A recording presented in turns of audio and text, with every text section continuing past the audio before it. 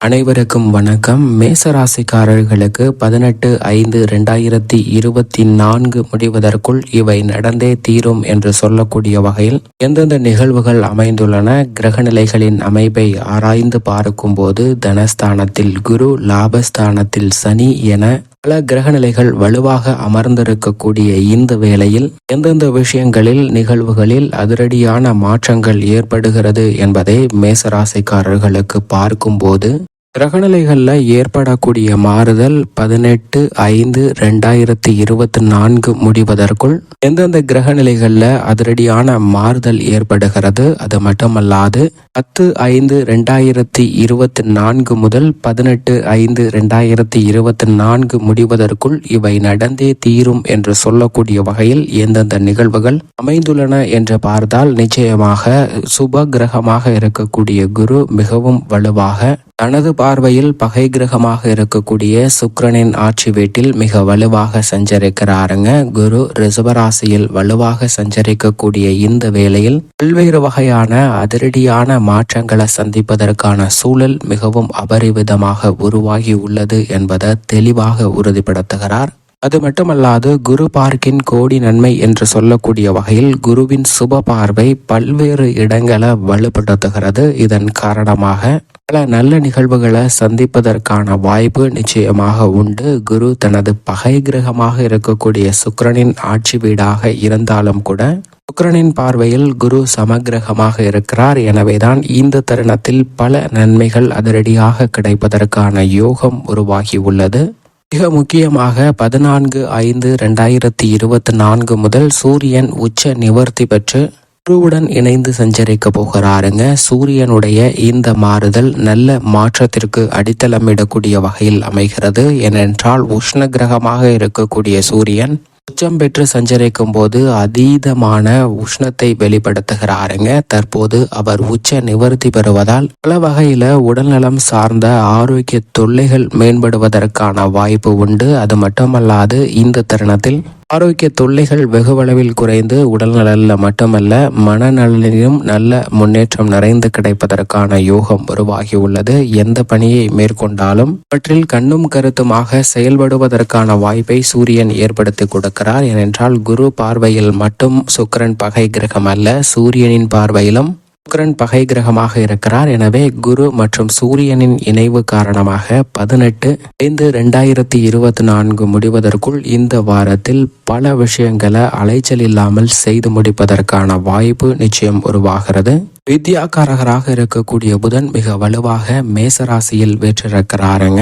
புதன் வலுப்பெற்று சஞ்சரிப்பது நிச்சயமாக பல விஷயங்கள்ல அதிரடியான மாற்றத்தை பெற்றுத்தரக்கூடிய வகையில் அமைந்துள்ளது. அவருடன் இணைந்து அவரின் நட்பு கிரகமாக இருக்கக்கூடிய சுக்கிரனும் வலுவாக வீற்றிருக்கிறாருங்க. புதன் மற்றும் சுக்கிரனின் இணைவு காரணமாக புத சுக்கிர யோகம் நிறைந்து கிடைக்கக்கூடிய ஒரு தருணமாக பார்க்கப்படுகிறது.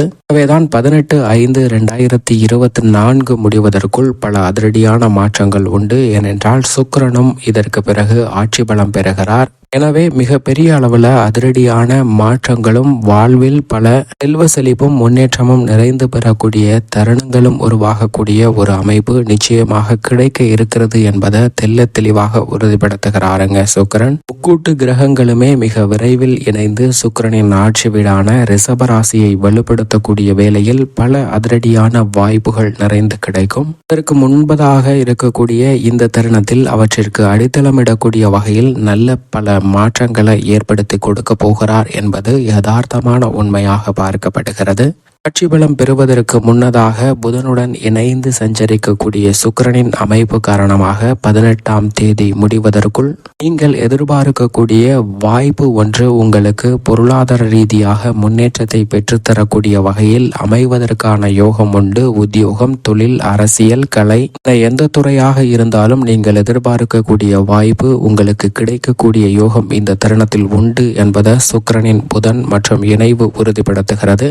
மோட்சக்காரகரான கேது மிகவும் வலுவாக புதனின் ஆட்சி வீட்டில் சஞ்சரிக்கிறார். தங்களது சஞ்சார தூரத்தில் பாதிக்கு மேல் ராகுவும் கேதுவும் கடந்து விட்டன. எனவே இனி வரக்கூடிய தருணங்கள்ல ராகு மற்றும் கேதுவால் சிறந்த நல்ல பலன்களை பெறுவதற்கான யோகம் உண்டு. எனவே 18/5/2024 முடிவதற்குள் நிழல் கிரகமாக இருக்கக்கூடிய ராகு மீன ராசியிலும் மோட்சக்காரகரான கேது கன்னி ராசியிலும் சஞ்சரிக்கக்கூடிய இந்த வேளையில் மறைமுகமாக சந்திக்கக்கூடிய பல தொல்லைகள் தொந்தரவுகள் விலகும், அலைச்சல் குறையும், சேமிப்பதற்கான சாத்தியக்கூறுகளும் மிக வலுவாக கிடைக்கப் போகிறது. பூமிகாரகன் மங்களகாரகன் என்று சொல்லக்கூடிய செவ்வாய் மிகவும் வலுவாக ராகுவுடன் இணைந்து குருவின் ஆட்சி வீடான மீன ராசியில் சஞ்சரிக்கிறார். மங்களகாரகன் மற்றும் ராகுவின் இணைவு வரவேற்கத்தக்க ஒரு இணைவு இல்லை என்றாலும் கூட இனி பெரிய அளவிற்கு சிரமம் இல்லை என்பதை தெளிவாக உறுதிப்படுத்துகிறது. ஏனென்றால் செவ்வாயும் தனது சஞ்சார தூரத்தில் பாதிக்கு மேல் கடந்து விட்டார். மிக விரைவில் ஆட்சி பலம் பெறப்போகிறாருங்க. எனவே புதிய சொத்துக்கள் வாங்குவதற்கான யோகம் கிட்டும். தடையை சந்தித்து வந்த சுப நிகழ்வுகள் தடையில்லாமல் செய்வதற்கான யோகம் மிக வலுவாக கிடைக்கப் போகிறது.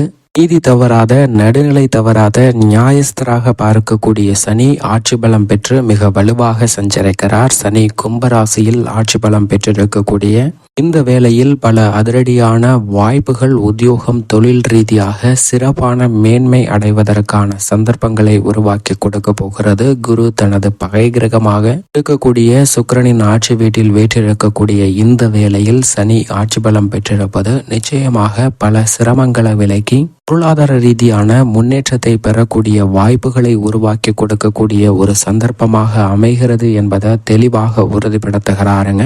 சந்திரனின் அமைப்பை பொறுத்த வரைக்கும் வளர்பிறை சந்திரனாக 10ஆம் தேதியில் உச்சம் பெற்று சஞ்சரிக்கக்கூடிய சந்திரன் அதற்கு பிறகு உச்ச நிவர்த்தி பெற்று மிதுனம், கடகம், சிம்மம், கன்னி ஆகிய இடங்களில் சஞ்சரிக்க போகிறார். வாரத்தின் துவக்கத்தில் உச்சம் பெற்று சஞ்சரிக்கக்கூடிய சந்திரன் மத்திய பகுதியில் ஆட்சி பலம் பெறுகிறார். பல மாற்றங்களை வளர்பிறை சந்திரனாக சஞ்சரிக்கக்கூடிய சந்திரனின் அமைப்பு காரணமாக கிடைப்பதற்கான யோகம் உண்டு.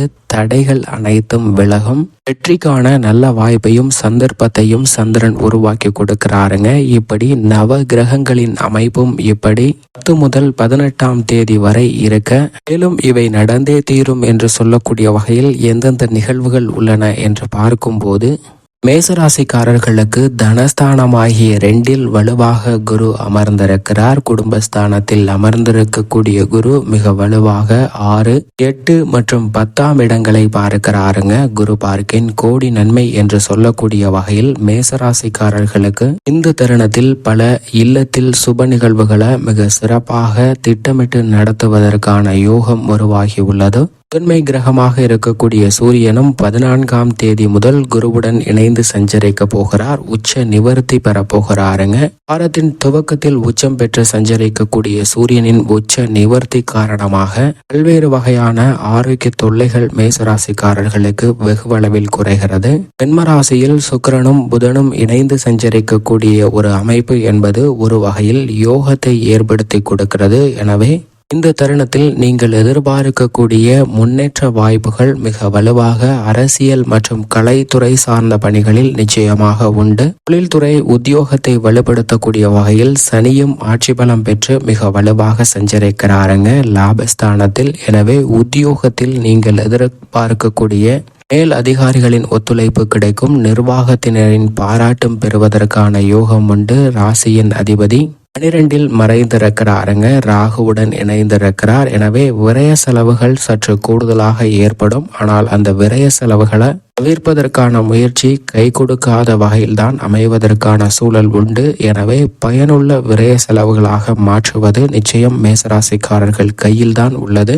சுக்கிரனுடைய சப்தம பார்வை 7ஆம் இடத்தில் மிக வலுவாக கிடைப்பதால் கணவன் மனைவிக்கிடையே அன்பு அதிகரிக்கும். குடும்பத்தில் ஒற்றுமை ஏற்படுவதற்கான வாய்ப்பு நிச்சயமாக உண்டு. பெண்மணிகளுக்கு மகிழ்ச்சி அதிகரிக்கக்கூடிய வகையில் நல்ல பல வாய்ப்புகளை இந்த தருணத்தில் பெறுவதற்கான யோகம் உண்டு. சந்திரன் இந்த வாரம் முழுவதும் சிறப்பாக சஞ்சரிப்பதால் எந்த காரியத்தை கையில் எடுத்தாலும் நிச்சயம் காரிய வெற்றி கிடைக்கக்கூடிய ஒரு தருணமாக அமைகிறது. இருப்பினும் விரயஸ்தானத்தில் ராகு மற்றும் ராசியின் அதிபதியான செவ்வாய் இருப்பதால் சற்று எந்த பணியை செய்தாலும் அவற்றை திட்டமிட்டு செய்தால் இவற்றின் காரணமாக சந்திக்கக்கூடிய தொல்லைகளை தவிர்ப்பதற்கான வாய்ப்பு நிச்சயமாக 18/5/2024 முடிவதற்குள் கிடைக்கும். மேலும் சாதகமாக மாற்றிக்கொள்ள நிச்சயமாக மேசராசிக்காரர்கள் சனிக்கிழமை விரதமிருந்து அருகாமையில் உள்ள பெருமாள் அல்லது ஆஞ்சநேயர் ஆலயம் சென்று வழிபாடு செய்யுங்கள். மேலும் நல்ல பலன்கள் நிச்சயமாக கிடைக்கும்.